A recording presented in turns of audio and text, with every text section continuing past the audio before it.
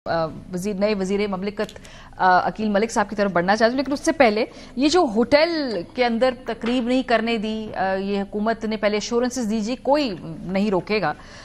फिर राना सनाउल्लाह साहब का मैं इस पे बयान सुनवाना चाहती हूँ, जरा ये भी हम चला लें, फिर अकील मलिक साहब के पास हम आगे आएंगे। जी जरा सुनिए राना सनाउल्लाह साहब ने इस हवाले से क्या कि हुकूमत क्यों पैनिक मोड में नजर आई, इस पे वो क्या कहते हैं, जरा देखिए।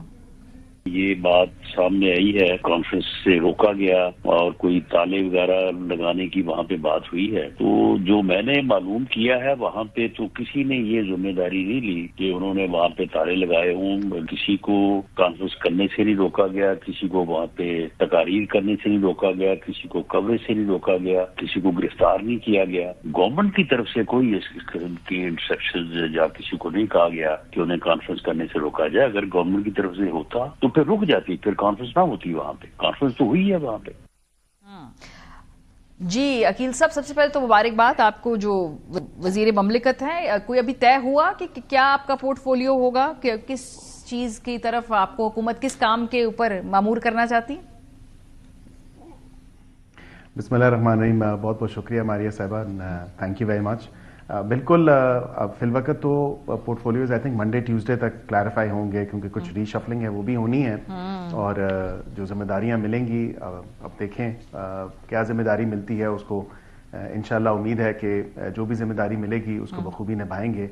दो तीन वेरियस एरियाज हैं जिसमें मेरी एक्सपर्टीज भी है, तो उस हवाले से है। अब देखें पार्टी लीडरशिप का जो हतमी फैसला होगा तो वो इंशाल्लाह जरूर। ये जो आप रीशफलिंग की बात कर रहे हैं, यानी कि जो मौजूदा वजीर थे जो पिछले उसमें थे, जो पहले राउंड में या पहले मरहले पे थे, उनके कलमदान कुछ अदली बदली भी होने जा रहे हैं, ये आप कह रहे हैं? जी बिल्कुल, यही बिकॉज प्राइम मिनिस्टर साहब ने जब ये अंदिया दिया था कि मैं काबीना में तोसी करूंगा, तो उन्होंने ये भी कहा था कि जो वज़रा जिनकी परफॉर्मेंस फिलवक्त तक मैंने देखी है तो उसको भी मैं, और उन्होंने रिपोर्ट्स भी मंगवाई पूरे पिछले 1 साल की, तो वो डेफिनेटली उसको एनालाइज करेंगे, देखेंगे। और जिस वजीर की जो परफॉर्मेंस रही है, because we are not like other parties. अब मेरे ख्याल से जो माजी में हो गया वो हो गया, पहले जो तर्ज सियासत था, अभी फिलवक्त जो है वो ये है कि अगर कोई वजीर परफॉर्म नहीं करेगा उसकी परफॉर्मेंस के ऊपर बेस्ड होगी उसकी वजारत, एंड वहीं से तमाम तर मामला चलेगा। और वजीर आज़म साहब ने बड़ा सीरियसली इस चीज को कहा है कि मैं एड्रेस करूंगा। ये जो काबीना की एक्सपेंशन हुई है 26 वज़रा, क्या काफी नहीं थे? क्योंकि बहुत सारे जो मैं नाम देख रही हूँ, बहुत सारे जो लोग हैं, लगता है पॉलिटिकल एडजस्टमेंट्स किए हैं आप लोगों ने। कुछ लोगों को नाराज, लोगों को खुश रखना था, कुछ लोगों को ब्लाइज करना था। ये अब 51 आपकी काबीना का साइज हो गया, do you think it's justified?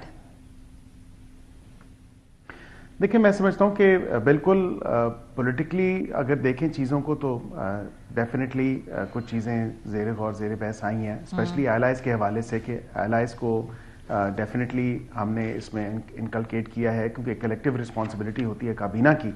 And secondly Balochistan से कोई नुमाइंदगी नहीं थी एज सच पहले, मतलब थी लेकिन उतनी ज़्यादा नहीं थी, सिंध से नहीं थी। तो वो तमाम तर चीज़ों को देखते हुए सिंध और बलूचिस्तान और ये तमाम सूबों से जो है वो नुमाइंदगी दी गई है। एडवाइजर्स भी लगाए हैं, SAPMs भी लगाए हैं। कुछ पॉलिटिकल एंगल से भी अगर आप देखें चीजें, मसलन परवेज खटक साहब, वैसे परवेज खटक साहब जो है, अब वो जो मालम जब्बा और BRT केसेस के अंदर बड़े आप लोगों के तहफुजात थे, अब वो बड़ा इंटरेस्टिंग लगता है आपके साथ ही बैठे हैं काबीना की मीटिंग के अंदर। देखिए मैं इस पे इतना ज़रूर कहूँगा कि ये वज़ीर आज़म का इस्तकाक है, और ये ज़्यादा बेहतर होगा कि ये सवाल जो है वो वहाँ से उसका जवाब आए डायरेक्टली एड्रेस होके, क्योंकि ये उनका इस्तकाक है, उनका प्रेरोगेटिव है। और उन्होंने लेकिन वैसे आपको ताज्जुब हुआ, आपको ताज्जुब हुआ परवेज खटक साहब का नाम देखकर? क्योंकि अब PMLN के बहुत सारे लोगों को और ताज्जुब हुआ है, आपके वर्कर को, कारकुन को ताज्जुब हुआ है। इख्तियार वली खान को ताज्जुब हुआ। इख्तियार वली खान साहब ने काफी दुखी दिल से बात की। वैसे आपको ताज्जुब हुआ? देखिए मैं समझता हूँ इख्तियार वली खान जो है वो पार्टी का बिल्कुल बहुत ज़बरदस्त दिफा कर रहे हैं, और बिल्कुल वहाँ से KPK से अगर कोई नुमाइंदगी बढ़ानी थी या देनी थी तो ज़्यादा मकसूद होता कि उनका नाम होता। अच्छा, थोड़ा सा इस कॉन्फ्रेंस के ऊपर आ जाएं। इतने पैनिक मोड में हुकूमत क्यों नजर आ रही है? ऑपोजिशन करे एक प्रेस कॉन्फ्रेंस से वो क्या ऐसा अचीव कर लेंगे? एलामिया होगा, बयानात होंगे, वो जब आप उनको पुलिस भेज देते हैं ना वहां पे, फिर वो उनका शो बन जाता है। तो वो तो कह रहे शुक्रिया आपने उनका शो बना दिया, शायद 4 लाइन की खबर लगनी थी। मैं यही I think it was blown out of proportion. हुकूमत ने तो मना नहीं किया, ना पुलिस की ना कोई और मामला था। अगर होटल की इंतजामिया इनको इजाजत नहीं दे रही थी, और वैसे इनको मुफ्त की जो पब्लिसिटी है वो मिल गई है, आई थिंक एक बड़ी फ्यूटाइल एक्सरसाइज थी होटल इंतजामिया की तरफ से भी कि उन्होंने इजाजत नहीं दी इनको करने के लिए। अतात आरर साहब ने, आपने तो राना साहब का चलाया, अतात आरर साहब ने तो खुद कह दिया था कि आप मुझे बताएं कौन सी जगह है, मैं प्रोवाइड करता हूं आपको जगह। लेकिन आए बाएं शाएं से काम लिया गया और बताया नहीं गया। अब बिल्कुल अगर हमें बताते तो हो सकता है हम PNCA करवा देते, हो सकता है हम कोई अच्छी और बेहतर लोकेशन करवाए थे, शायद इवन के कन्वेंशन सेंटर में ही इनका जो ये तो अब आपने जो बात कर दी है, ये ना कि अगली कॉन्फ्रेंस में वो आपसे कन्वेंशन सेंटर मांग लें, फिर मसला पड़ जाएगा। You are giving them very good ideas. नहीं, मैं तो मारिया साहबा ये कह रहा हूं कि आप देखें, ना नौमन तेल था और ना राधा नाची, मतलब गिने चुने लोग थे। पहला दिन जो एक बड़ा बोस्ट किया जाता है कि सक्सेसफुल दिन था, ये बड़ा जबरदस्त किस्म का दिन था। आधे से ज्यादा माजरत के साथ मैं ये कहूंगा कि आप लोगों के कंधों को इस्तेमाल किया गया, तमाम तर सहाफी बरादरी को बुलाया गया और उनसे ही तकरीरें करवाई गई। मतलब पॉलिटिकल शो तो नहीं था ये। इतनी तमाम तर पार्टीज मिलके भी अगर कोई इस कॉन्फ्रेंस में लोगों को नहीं निकाल सकी, और फिर भी आप ही लोगों को पहले दिन जो है वो आपका सहारा लिया गया, तो जाहिर बात है कि दैट स्पीक्स वॉल्यूम। और सेकंड डे पे भी आपने देखा क्या हुआ, बस वो थोड़ा सा शोर शराबा किया होटल के बाहर, दीवारें गेट फलांग के अंदर चले गए, एंड दे ऑब्वियसली बोस्टेड कि भाई बड़ी सक्सेसफुल ऑपरेशन हो रहा था और बड़ा जबरदस्त हम कॉन्फ्रेंस कर रहे थे।